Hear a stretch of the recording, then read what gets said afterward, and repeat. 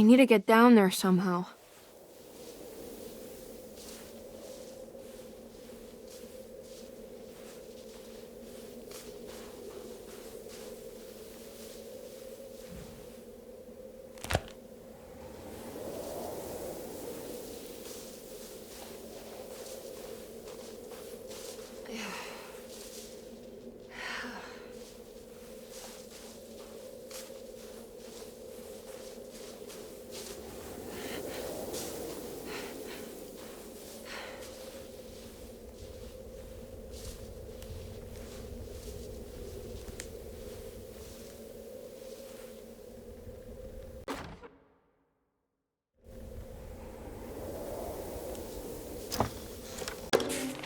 The temple of Nephron-Ka lies under our camp.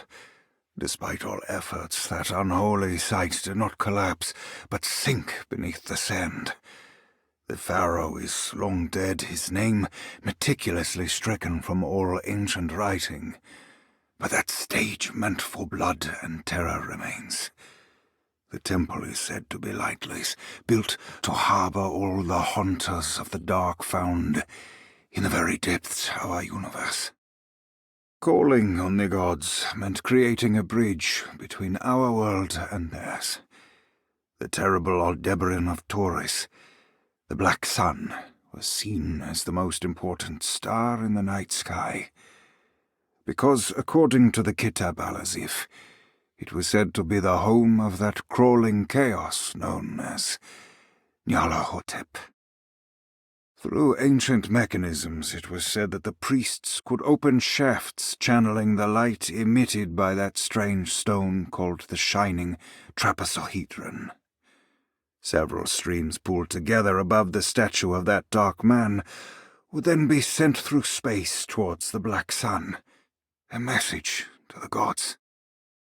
The gifts bestowed on the sender are completely undocumented, but often assumed to involve dark blood pacts, where souls are traded for malicious miracles.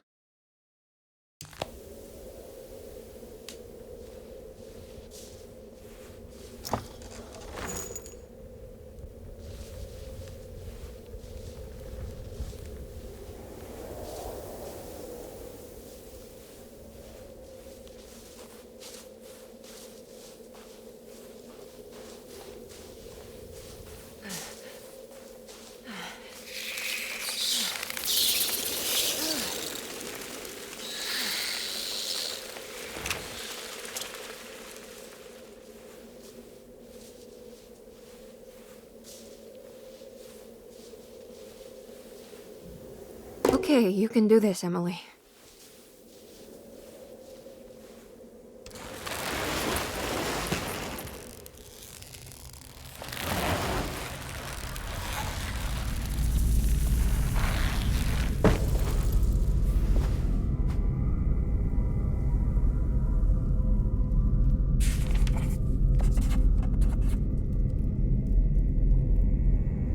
Emily felt a wave of despair as she recognized the temple she had entered. It was where all her dreams eventually led her. Like roads to Rome, her darkest thoughts always brought her here. Was the dark man behind all of her family's suffering? Was it the same creature wearing 1,000 masks? Finally, feeling her own sanity slipping away, Emily steeled herself and set off in a hurry to find Jeremy's contract with the Dark Man, so she could leave this cursed place.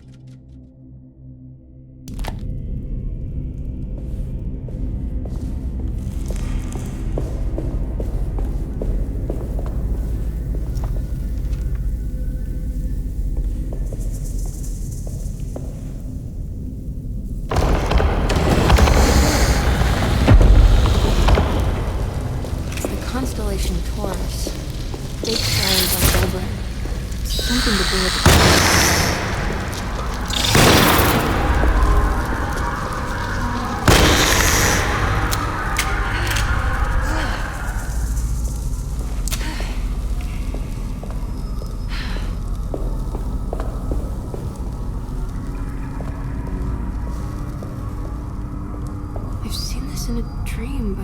shallow pit of darkness.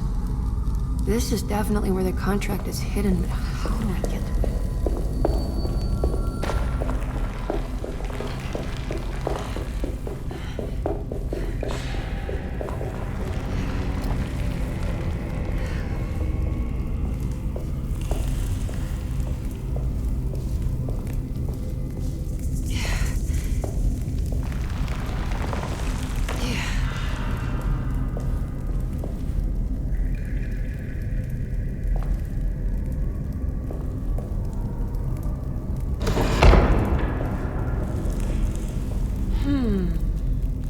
There's something missing.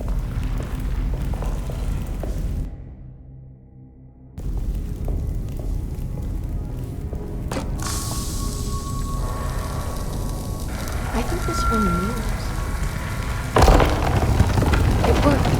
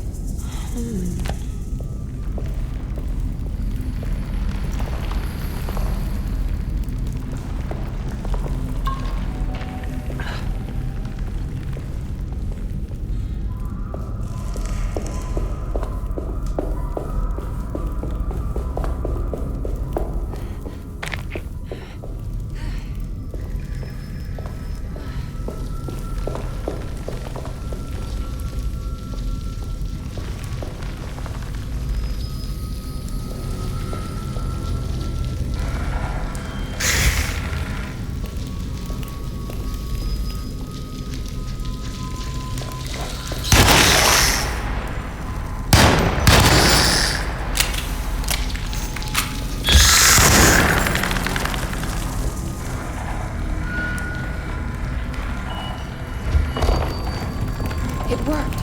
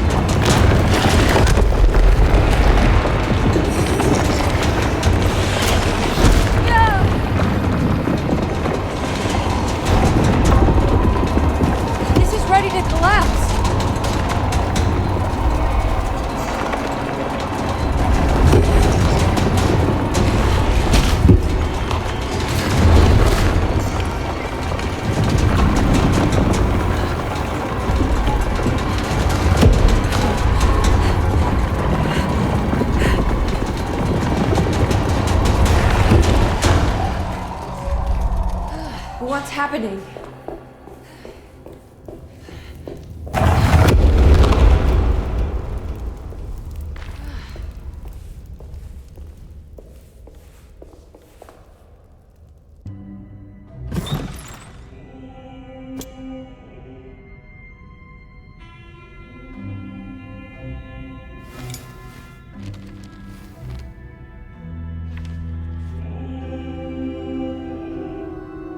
Acknowledge psychological trauma. Break through the barriers of self-deceit, temper, manic behavior.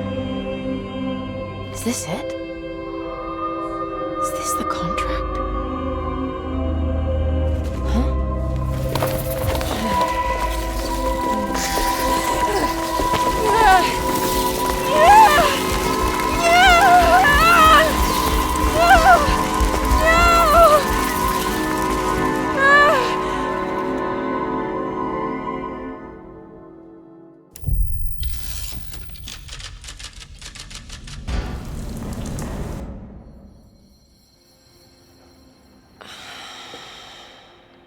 Oh, Jeremy.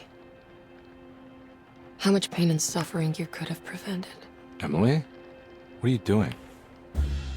Detective, how is your investigation going? Well, I still have no clue where Jeremy is, but I think I know why he's hiding. This place is full of lunatics planning to perform some kind of ritual tonight. Well, that sounds ridiculous. Or rather would have just a day ago. It gets worse. I have reason to believe they killed anyone who didn't want to go along with the plan. Detective, have you encountered any monsters tonight? I just told you, I think they killed people. Beauregard, the author, Perosi, the singer, Mr. Waits, the clerk, Mr. Chance, the gardener, they're all missing. No, I mean, have you fired your gun tonight? Of course not. They wouldn't just kill outsiders like that. It would bring too much attention. But you should keep your eyes open. So you haven't seen anything strange? Been anywhere else? What are you trying to tell me, Emily? Are you in some kind of danger?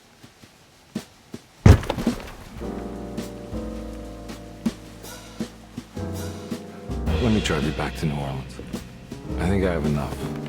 You know, at least get the police to take a look at this case. No, I'm fine. Thank you, Detective. I'll find your uncle, Miss Hartwood. Just stay out of trouble.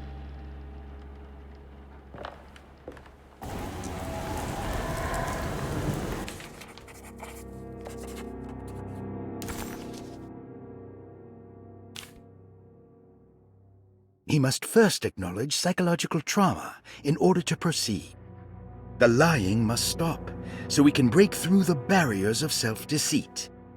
Finally, temper manic behavior. Medicine has failed me. Nothing can be done to dispel the Hartwood curse. Only the sacrificial dagger may release the despair from Jacob's eye. Yet, doing so would be the doom of Derceto. Let this curse of mine be a weapon for once. I accept your demands. Oh, crawling chaos. Build your prison around this godforsaken hospital. When evil has been starved, I will stay buried forever.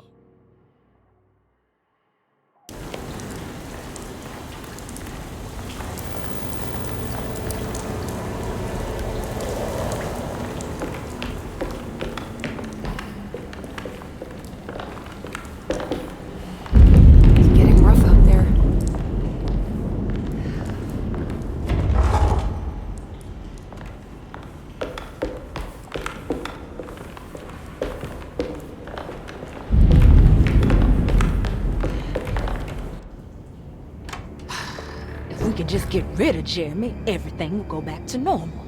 That reminds me. I saw Miss Emily earlier. You remember her? You know she's Jeremy's niece. She's looking for him. That's right. She's helping us, in her own way. As long as she don't stand in the way of the mother of 1,000 young. I don't think she knows or cares about that. She just helped Jeremy. I've been more worried about that Detective Carmen fella. He been snooping around asking all kinds of questions. God, it hurts. I wish you would stop doing that. Gives me the heebie-jeebies.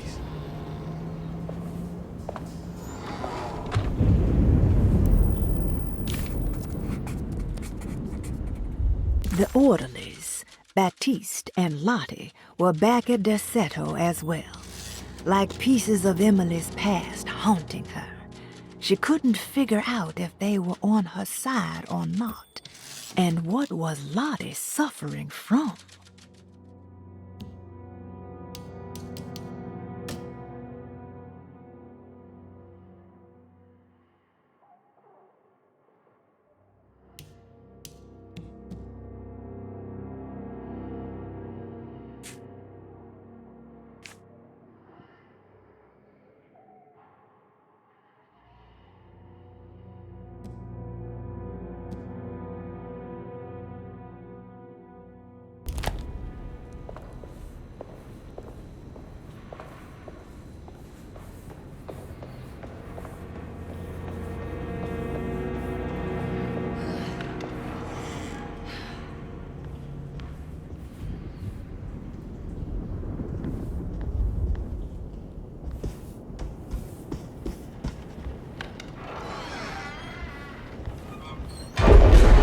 What is going on here?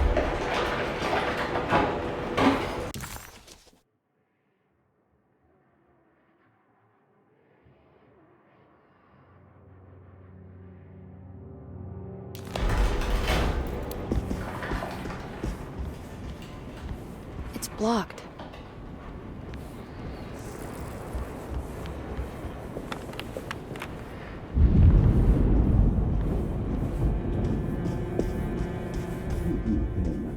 I think Dr. Gray is in there. Maybe I can go snoop around his office then. Oh, I don't want to run into the orderlies right now. I should find another way.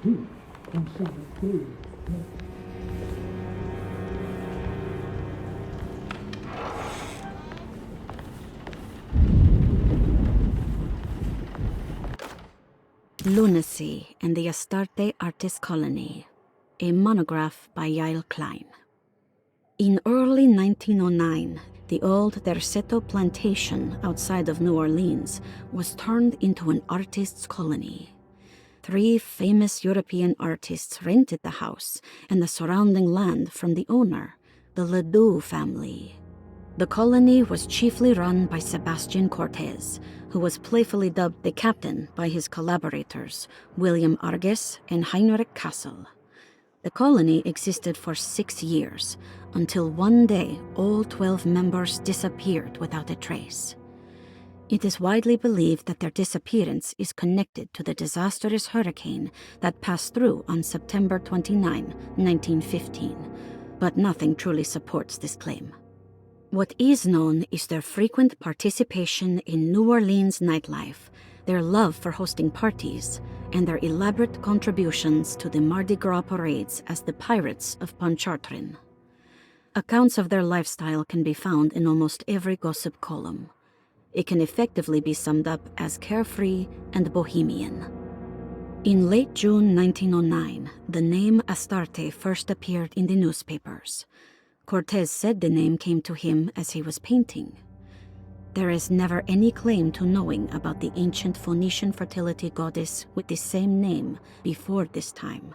His fellow colonist Heinrich Kassel did know, because he later produced sculptures that show clear references to ancient idols of the goddess. It's impossible to know for sure how this name suddenly made an appearance, but it is interesting because of Derceto's history. Even the name Derceto is the Greek name of a Syrian fertility goddess. In the case of naming the plantation, Derceto was certainly not an accident.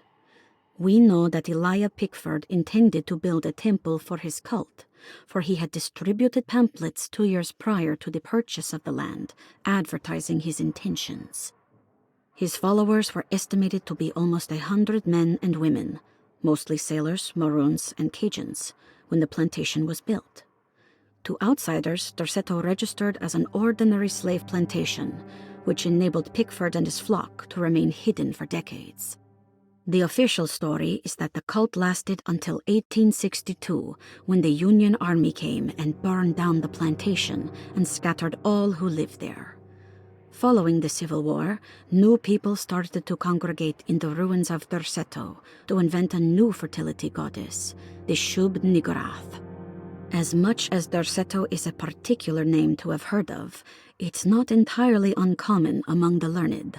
Astarte is equally known and could have been subconsciously chosen by well-read artists. Shub-Niggurath is, on the other hand, very uncommon. Almost impossible that anyone in Louisiana would have heard that name. The name is referenced only in rare books like Unausprechlichen Kulten and the Necronomicon, and is believed to be a bastardization of Arabic words meaning pertaining to the dark young. The few paragraphs printed on the goddess are so upsetting that no one in their right mind would want to build a religion resting on such qualities. The Shub-Niggurath cult was hard to get rid of, but it is believed that despite the police jailing and killing several cultists over the years, the main culprit in the cult's demise is the cult itself, which seems to line up with every instance of cult activity on Derceto's grounds. When Captain J.W. Norton of the Union Army arrived, he described the people at Derceto as malnourished and maniacal. As much as the army tried to save them, they fought back with fervor, as if nothing was going to stop them from slowly destroying themselves. While the disappearance of the Astarte artist colony remains a mystery, the recurring motif seems to suggest that their fate involved lunacy and a hunger for self-sacrifice to that fertility goddess with 1,000 names.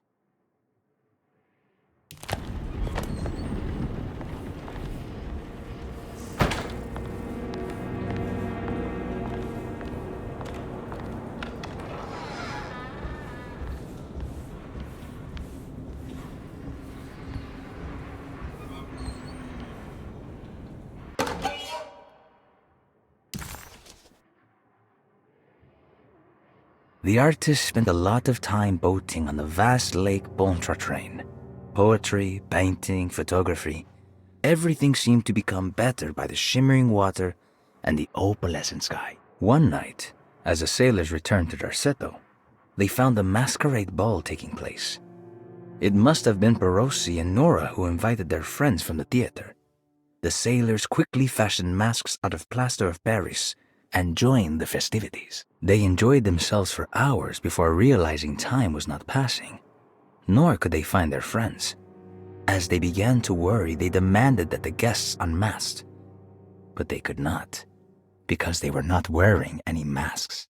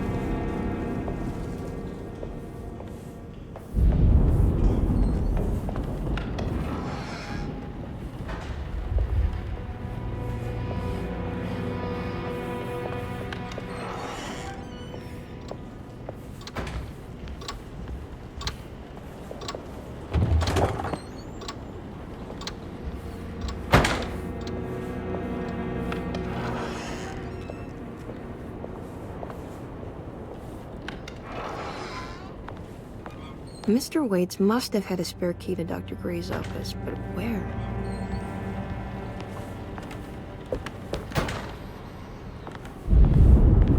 I don't know the combination. Wait, maybe I do.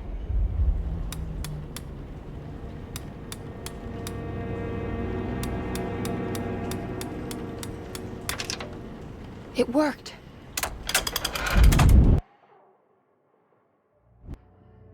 The last guest in the empty room suffered from severe maladaptation.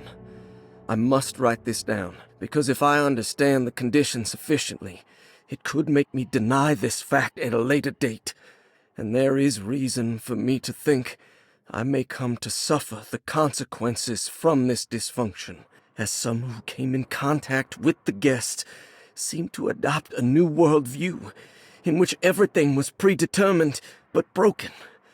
Upon accepting this worldview, some memories became unmanageable and later rejected.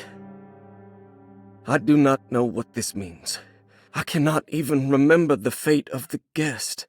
I think they were simply misplaced one day and forgotten. Just like all documents pertaining to this guest, they have all been destroyed, or they never existed in the first place. Who wrote this? There has never been a guest in the empty room.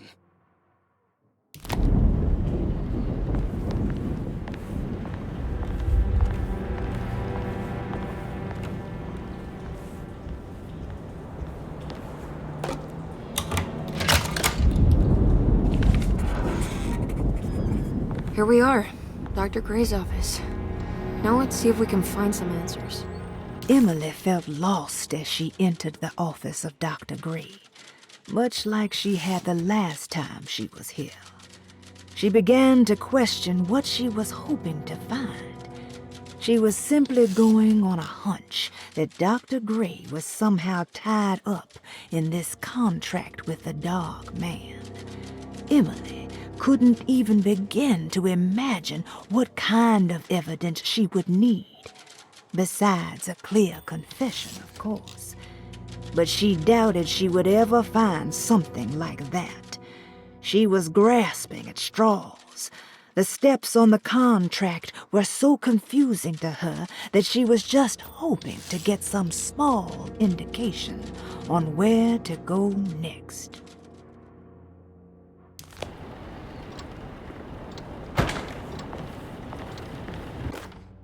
I have finished tidying up Miss Beauregard's belongings. I will leave it to you to contact her agent and have them collect her things. I found one of Grace's drawings she might want back, along with this key in her room, which I believe you've been looking for. Mrs. Thompson.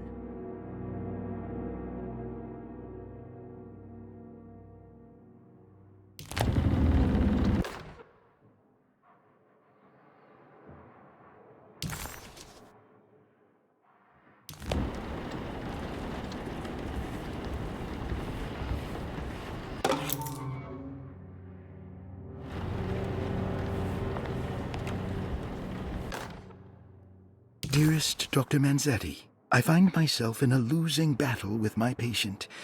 As I've disclosed in my previous letter, his delusions have him completely captured. It's bad enough that he is torturing himself with paranoia, but his madness turns out to be quite persuasive to others, effectively laying the ground for mass delusion.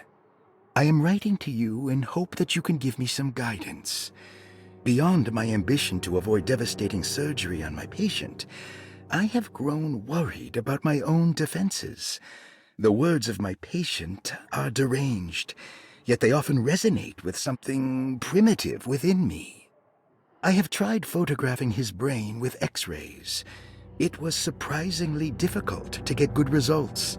Dark blotches on the plates kept obscuring all details.